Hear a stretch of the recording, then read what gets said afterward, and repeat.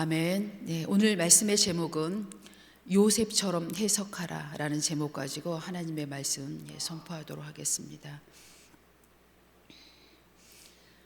우리나라 크리스찬들 이름 중에요, 제일 많은 이름을 꼽으라고 하면 요셉이라고 합니다. 그 뜻을 잘 알고 했는지 모르겠어요. 사실 요셉의 이름이 엄청 무게가 있는 이름입니다. 해석은 제가 나중에 가서 해보도록 하고, 오늘 본문 말씀 보도록 하겠습니다. 요셉은 정말 우리의 상징적인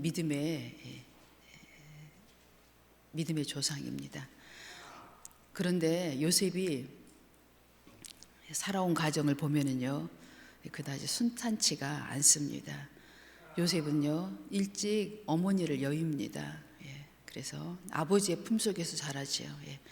그것 때문에 형들의 시기와 질투를 입게 되고 그것으로 말미암아 노예로 팔려가게 됩니다. 그것도 부족해서 이제는 억울한 누명을 쓰고 노예의 집에서 이제 지하 감옥으로 다시 끌려갑니다. 이것이 요셉의 삶이었습니다. 그런 요셉은 이제 충분히 우리 세상의 눈으로, 사람의 눈으로 보면 원망하고 불평할 만합니다. 충분합니다. 아무런 죄가 없는데, 이유가 없는데 환난 가운데 던져진 거예요. 고난 속으로 들어간 겁니다. 그러나 요셉은 환난 중에, 고난 중에 요셉의 해석을 보면 너무나 명쾌합니다. 우리 오늘 본문 말씀 중에요, 딱 꼬집어서 5절, 8절만 보겠습니다. 5절. 당신들이 나를 이곳에 팔았다고 해서 근심하지 마소서, 한탄하지 마소서. 하나님이 생명을 구원하시려고 나를 당신들보다 먼저 보내셨나이다. 아멘. 요셉의 해석은요, 아주 명쾌합니다. 주권이 하나님께 있음을 해석합니다. 해석으로. 이것이 바로 요셉의 해석이고 믿음의 해석이고 정말 본받을 만한 사람들의 해석이죠. 8절도 보겠습니다. 8절. 그런즉 나를 이리로 보낸 이는 당신들이 아니요 하나님이시라. 하나님이 나를 이리로 보내신 자는 누구라고요? 당신들이 아니라, 형제들이 아니라 하나님이시라고 다시 한번 하나님의 주권을 인정합니다. 오늘 우리는 두 가지를 살펴보려고 합니다. 첫 번째, 환난이 왔을 때 우리는 환난 속에 빠질 것인가, 빠져서 죄로 해석할 것인가, 아니면 하나님을 바라보고 믿음으로 해석할 것인가, 하나님의 주권을 인정하고 하나님의 주권으로 해석할 것인가. 이것이 오늘 우리가 알아봐야 될 두 가지 제목입니다.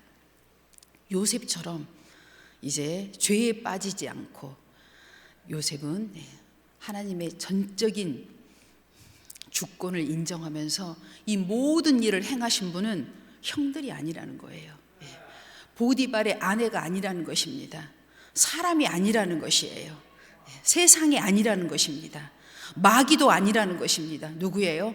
하나님이시라고 고백하고 있습니다. 이것이 바로 믿음 있는 사람들의 신앙 고백이 되어져야 합니다. 그런 요셉은 이후에 어떤 사람이 됩니까? 우리의 구속사의 역사적으로 우리가 해석을 하면요, 그래서 요셉을 우리는 예수 그리스도를 상징하는 구원자로 해석하고 있습니다. 그래서 요셉의 영적인 의미는요, 총리이고 구원자예요. 총리는 뭐예요? 세상에서 가장 높은 자를 상징하고 있습니다. 또 우리가 영적으로 해석하면 구원자로 해석하고 있습니다. 요셉은요, 누구를 구원했어요? 먼저는 가족을 구원했고, 또 세상을 구원하는, 보여지는 세상의 굶주린 자들을 구원했죠. 영적으로는 예수 그리스도를 상징하고 있습니다. 그래서 우리가요, 세상을 살아갈 때 수없는 어려움과 누명과 억울함과 고난을 당합니다. 이유 있는 고난도 있지만 이유 없는 고난도 있다는 거예요. 그럴 때 우리는 어떻게 해석할 것인가? 어떻게 우리는 우리의 고난의 삶을 바라볼 것인가? 오늘 요셉이 우리에게 명확하게 말씀을 통하여 보여주고 있습니다. 우리는 하나님의 주권을 인정하는 믿음의 해석을 통하여, 진리를 통하여 자유를 얻어야 합니다. 우리가 하나님을 바라보지 못하고 우리 인간의 눈으로 바라보고 인간의 눈으로 해석하면 우리가 예수를 믿는다고 하지만 자유를 절대 얻을 수가 없어요. 죄에 빠져서, 늪에 빠져서 자유를 누리지 못하고 계속 억눌려서 눌림 속에서 살아갈 수밖에 없어요. 예수를 믿는데, 교회는 왔는데, 말씀은 듣고 있는데 자유가 하나도 없어요. 이유가 사람의 해석이요, 보여지는 대로 해석이요, 내 중심의 해석이 될 때 우리는 이런 오류에 빠지게 된다는 것입니다. 요셉처럼 해석할 때 우리는 어때요? 이 문제를 슬기롭게 문제에서 빠져나와 어때요? 가족을 구원하고 인류를 구원하는데 나아갈 수 있는 하나님의 섭리의 사람으로 세움받을 수 있다는 것입니다. 그런 인물이 우리는 성경에 보면 참 많아요. 그 중에서 저는 그 중에서 말씀을 통해서 한번 보도록 하겠습니다. 그다음 말씀 보겠습니다. 나훔 1장 7절에 보면 여호와는 선하시며 환난 날에 산성이시라. 그는 자기에게 피하는 자들을 아시느니라. 산성은 뭐예요? 보호해 주시고 지켜주신다는 뜻이지요. 하나님께 피하는 자, 하나님 중심으로 해석하는 자, 하나님을 나의 구속자로 삼는 자에게는 모든 환난으로부터 하나님이 우리를 지켜주시겠다는 말씀입니다. 그 다음 말씀 보겠습니다. 욥기입니다. 욥은 이유 없는 고난을 받은 대표적인 인물 중에 하나입니다. 욥은 고난의 과정 중에 이렇게 고백을 합니다. 그러나 내가 가는 길을 그가 아시나니 그가 나를 단련하신 후에는 내가 숭군같이 되어 나오리라. 아멘. 욥의 해석입니다. 어때요? 욥은 자기 중심적인 해석을 하지 않았어요. 아마 욥이 또 자기 중심적인 해석을 했다면 아마 고난 중에 어둠에 빠져서 진정한 자유를 끝내 얻지 못했을 거예요. 그러나 욥도 요셉처럼 똑같아요. 삶의 중심을 하나님께 놓고 해석을 하나님의 주권 안에 놓고 있습니다. 이 모든 과정을 인도하시는 분은 누구라고요? 하나님, 여호와시라고 인정합니다. 그 이후에 욥은 어떻게 돼요? 갑절의 축복을 받게 됩니다. 요셉의 뜻이 무엇이냐면, 여러분, 요셉은요 라헬을 어머니로 둔 자녀잖아요. 라헬은 자녀를 낳지 못했어요. 어렵게 하나님의 은혜로 자녀를 낳았죠. 그래서 요셉의 뜻은요, 그 뜻으로만 해석하면은 더하시리라, 더하다는 뜻이에요. 요셉을 낳고 라헬이 그렇게 얘기했어요. 하나님 계속 더 주세요, 이런 뜻이에요. 하나로는 안 됩니다. 나의 수치를 씻어주시고 계속 더해주세요 라는 뜻이 요셉이에요. 아니, 요셉의 뜻입니다. 그러나 영적인 의미는 뭐라고요? 구원자라는 뜻이에요. 가장 높은 자라는 뜻입니다. 그래서 우리는 성경에 보면은 이렇게 이유 없는 고난을 당했을 때에도 불구하고 나의 중심의 해석이 아닌 하나님의 중심의 해석을 얻을 때 우리는 고난에서부터도 환난에서 참 자유를 얻게 될 줄로 믿습니다. 그 다음 말씀 보겠습니다. 역대상에 보면 야베스라는 인물이, 야베스는 어떤 사람이냐? 유다의 후손 중에 하나입니다. 야곱의 넷째 자녀 유다의 후손 중에 하나가 야베스예요. 야베스는 그의 형제보다 귀중한 자라. 그의 어머니가 이름하여 이르시되 야베스라 하였으니 이는 내가 수고로이 낳았다 함이었더라. 야베스가 이스라엘 하나님께 아뢰어 이르되 주께서 내게 복을 주시려거든 나의 지경을 넓히시고 주의 손으로 나를 도우사 나로 환난을 벗어나 내게 근심이 없게 하옵소서 하였더니 하나님이 그가 구하는 것을 허락하셨더라. 아멘. 야베스는 고난 중에 태어났으며 수고로 인한 자녀 중에 하나입니다. 문자 그대로 하면 원망 불평이 가득 차야 맞는 것이 이 야베스예요.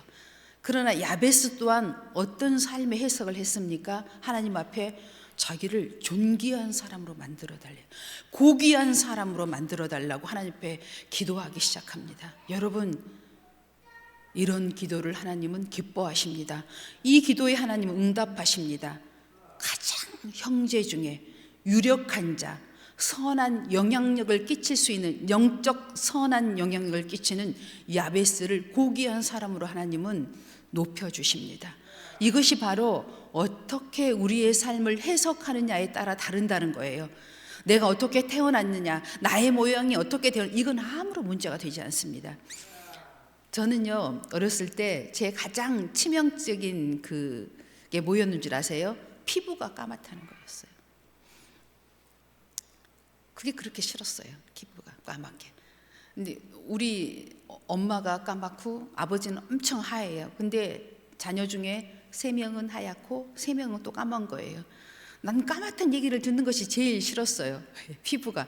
그런데 지금 제가 이제 60년이 지나서 나를 놓고, 내 인생을 놓고 내가 이렇게 해석을 해보니까 피부가 까맣든 하얗든 아무런 상관이 없다는 거예요. 그것이 내 인생에 미친 건 아무것도 없어요. 나 혼자 생각하기를 그랬다는 거지요. 정말 60년을 살고 보니까 그렇더라고요. 피부가 하얀 언니나 피부가 까만 나나 그것 때문에 달라진 인생이 없었어요. 어떻게 해요? 내 인생을 내가 어떻게 해석하느냐에 달려 있었지 피부색하고는 아무런 관련이 없었어요. 내가 어떤 가정에 태어났느냐가 중요한 게 아니에요. 내 모양이 어떻게 생겼느냐가 중요한 게 아니더라고요. 살아봤더니 내 생각이, 나의 태도가 어떻게 하나님 앞에 임하느냐가 중요하다는 거예요.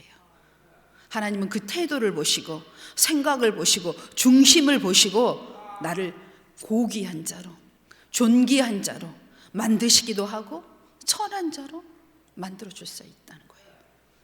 하나님의 주권을 인정하며 그 주권 앞에 엎드릴 때 하나님 우리를 가장 고귀한 사람으로 써주실 줄로 믿습니다. 오늘 성경이 다 얘기하고 있잖아요. 아주 비천하게 태어난 야베스를 할지라도 높이셨고, 요셉은 사실은 태어날 때는 존귀한 자로 태어났어요. 그러나 고난의 시간, 노예의 시간, 지하 감옥의 시간, 엄청난 이 고난의 시간을 해석을 합니다. 어떻게 해요? 믿음의 해석을 통하여 다시 존귀한 자리로 올라갑니다.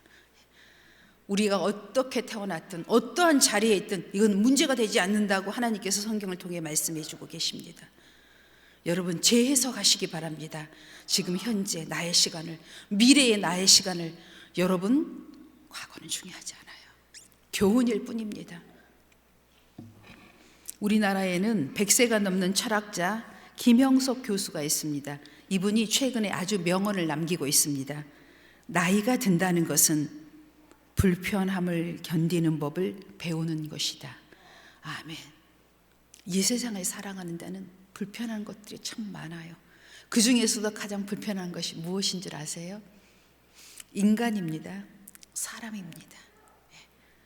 그렇지만 나이가 들어간다는 것은, 나이가 들었다는 것은 이 불편함을 어때요?